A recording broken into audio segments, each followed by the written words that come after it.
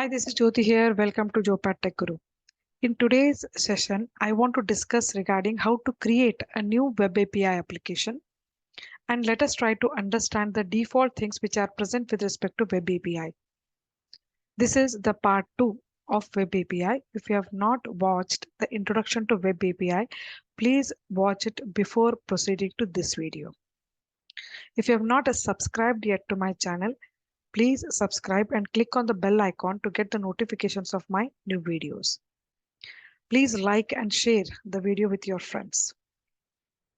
Let us start the discussion. Currently, I would like to open a new project. So as per the list of templates are concerned, if you want, even you can search for web API. You will be getting the list of templates here. Currently, I'm choosing ASP.NET Web Application.NET Framework. So this is again a C# related thing. So click on next and web service, and I'm giving it. As per the location, you can specify any location wherever you want to save it. Currently, I'm targeting .NET Framework 4.7.2. Now here, this is second dialog box in which it is going to ask you what type of application you want to open, whether you want to open an MT or a web forms or MVC or web API or SPA, single page applications. Currently, I'm selecting web API, a project template for creating the RESTful HTTP services that can reach a broad range of clients, including browsers and mobile devices. So here, advanced part as well as authentication, you can keep it none and you can just uncheck this. As you can see that by default, web API is going to select MVC and web API. It is following the MVC architecture. So before proceeding to web API, I believe that you know the MVC concepts very well. Model view controller, because whatever the project structure that appears with respect to web API, it is having the models, views, as well as the controllers. So many of the default things will come automatically once this particular environment is going to get updated, right? It is preparing the environment. It is going to show you the list of folders and files which are applicable for this web API template. So first of all, we can understand the project structure here. This is our web service _1. This is the name of our application. Connected services. Properties contains assembly info.cs. References contains the number of standard references like system.configuration, system.core, system.data. Many of the reference or many of the namespaces are already included. So if you want, again, you can right click and you can add the references, or you can go for the service references. Or if you are getting some of the references from the NuGet packages, these also you can just go ahead and add it. App data contains all your SQL Server data or whatever your database things are there. Currently, we are not connected with the database, so it is empty. App start contains all your configuration file. As I have already told you, this is following the MVC architecture. When you open an MVC template, whatever the folders are there, same folders are available over here also. Same type of files you will be able to get it here also. There you had bundle config, filter config, route config. Here also you are having the same thing, but upon that, again, you have got web API config file. How the way you are using the routing concept in case of MVC applications, here also you are having two routes. One is route config and second is your web API config, in which again we are having map HTTP route. I will come back to the routing concept later on. Areas content contains a different type of bootstrap as well as your CSS. Files references, whichever thing you want to use it inside your application, you can go ahead and refer it. Areas contains your help page. Controllers, by default it is adding home controller as well as values controller. You've got fonts, scripts, favorite icon, like that. You're having so many other things. Global.asax, this contains the application start, which is going to give you all the registrations which you are having it over here. Whatever your config files are there, this config file contains the classes. Suppose if you are opening bundle config, there is a class called as bundle config, filter config class, route config class, right? These all things are getting instantiated over here, or these are getting registered over here. So for each and everything, you have got a registration. Dot register all areas. Dot configure. Dot register global filters. Dot register routes. Dot register bundles.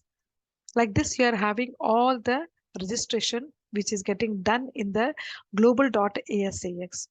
This is the same file which is present inside your ASP.NET application also. You have got some favorite icons. So sometimes if you want to get this ICO icon file, you can always go and refer it. You have got scripts also. These are jQuery scripts, which are mainly meant for validation and other things. Models, currently we don't have anything. So later on, I'll be creating the model so that I can refer all the properties inside the particular classes. Packages, the number of packages which are already included within your existing web API application. There are so many packages which are already present.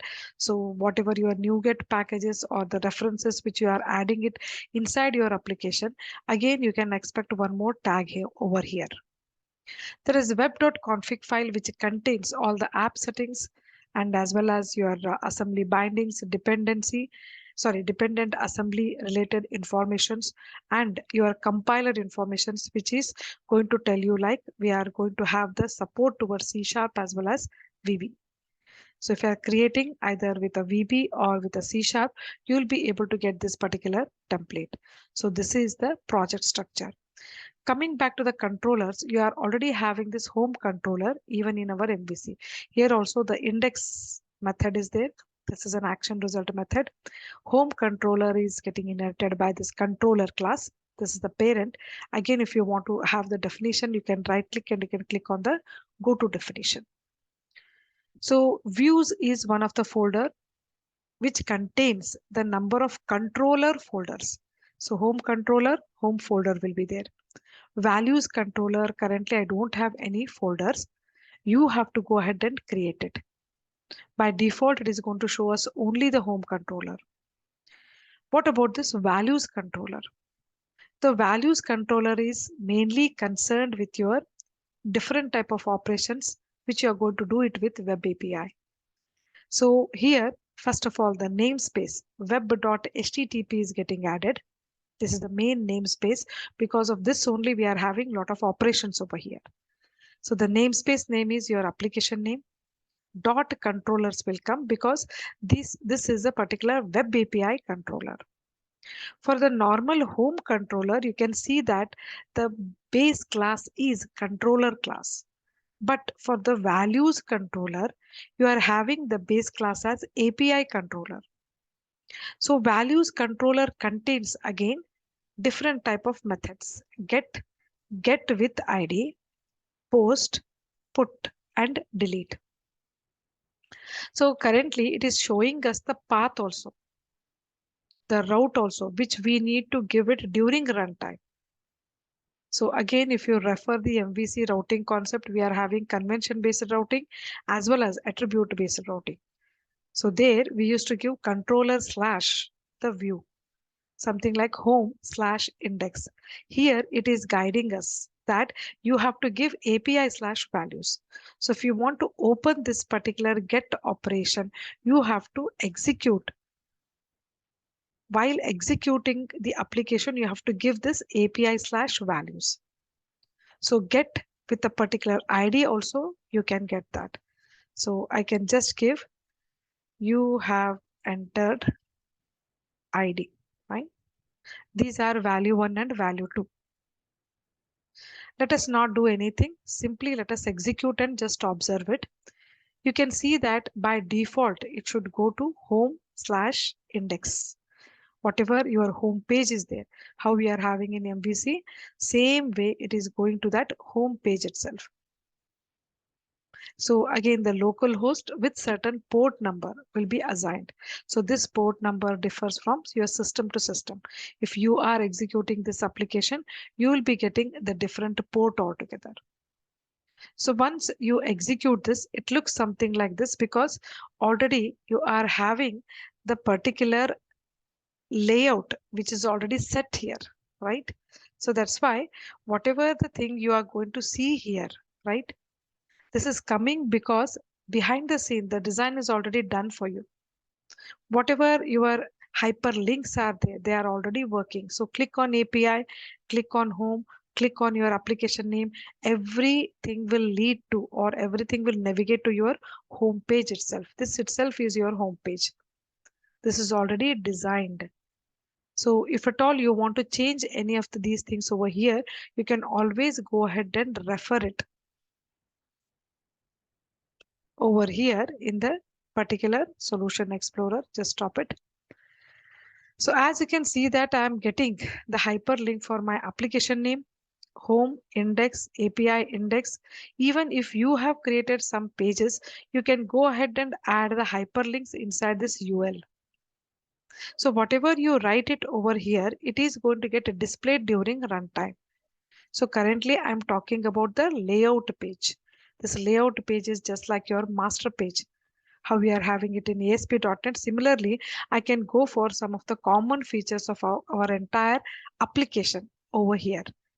This is our default layout page, default master page, which is already getting referred. Fine. So as you can see that the values controller contains the first get method. So what do you mean by get? Whenever you are creating a controller, how you are ending the controller with a controller word, right? Similarly, you have to use the get word, or whenever you want to retrieve certain informations, that time you have to use this get the names, get the customers, get employees, get students. Like that, you have to precede the function with the get, so that the compiler is aware that you're going to retrieve the data. Second thing is what here, by default, it is taking I enumerable of string. I have already created one of the interfaces related videos. You can just go and refer it. You'll come to know what are built-in interfaces. Currently here it is using one of the interface called as I enumerable. This is the interface which is present inside your system.collections.generic. This is a generic type. So currently they are suggesting here string. Why? Because they are returning the string. So we have got value 1 and value 2. It is returning value 1 and value 2, right? So even you can create your own set of collection classes. You can return number of customers, number of students, number of employees, different type of scenario related datas. So get is also having an ID. So if you're giving an ID, currently I'm giving, you have entered ID. But of course, if you want to display this ID also, you can just return it. See, we are currently returning it. We are not printing anything over here. You don't have console.writeLine. You don't have response.write. You don't have any label controls over here. Usually these are the particular functions. These are not events. Here you have to return the value. Later on, while you are consuming this particular web API, that time you have to retrieve it and you can display them using certain set of controls. Currently, we are just talking about the value 1 and value 2, as well as you have entered ID, right? So once you execute through IIS, what happens? Here, during the runtime, whatever it may be, it will always come to the application name or home page. So I want to go for API/values. You can see that they have already given it. If you want to execute this particular function, you have to give this hyperlink. You have to give this path. So if you are giving this particular path, you can see that always the response is in terms of XML. You are getting the output as value 1 and value 2. So these are string. So XML format, it is getting maintained in such a way that whatever your datas are there, those are getting displayed along with your data type. So currently I enumerable of string, new string square brackets. This is a string array. We are getting this value 1 and value 2, right? Still, I have not gone to different type of testing phases. So again, we are having Postman or Fiddler or Swagger. Using that, you can execute and see the output, or see, you can test the entire web API very easily. I'll come back to the postman later on. Currently, I just want to execute this particular get and I want to show you the output. So this is the way how exactly your current get is functioning. So suppose if I'm giving any ID, right? It is going to show me you have entered ID because I'm returning this particular string. You have to return only that string only. So that's why whatever you write it, you write any integer value or you write any string, it will be in double quotes because the return type is string. So it is going to return the ID. Then what about the post, put and delete? Nothing is there here. You don't have any kind of operations. Nothing is getting added by default. Nothing is coming as a built-in feature. Only for the get, they have given this. So this is purely a get operation. So again, if you want to add something, if you want to modify, if you want to delete, again, you have to write the respective code. Then only your web API will execute. It will run. Fine. This is again just an introduction towards creating a web API, understanding the project structure, and understanding this get. So in my next video, I'm going to explain regarding post, put, delete operations. Thanks for watching. Have a great day ahead. Thank you.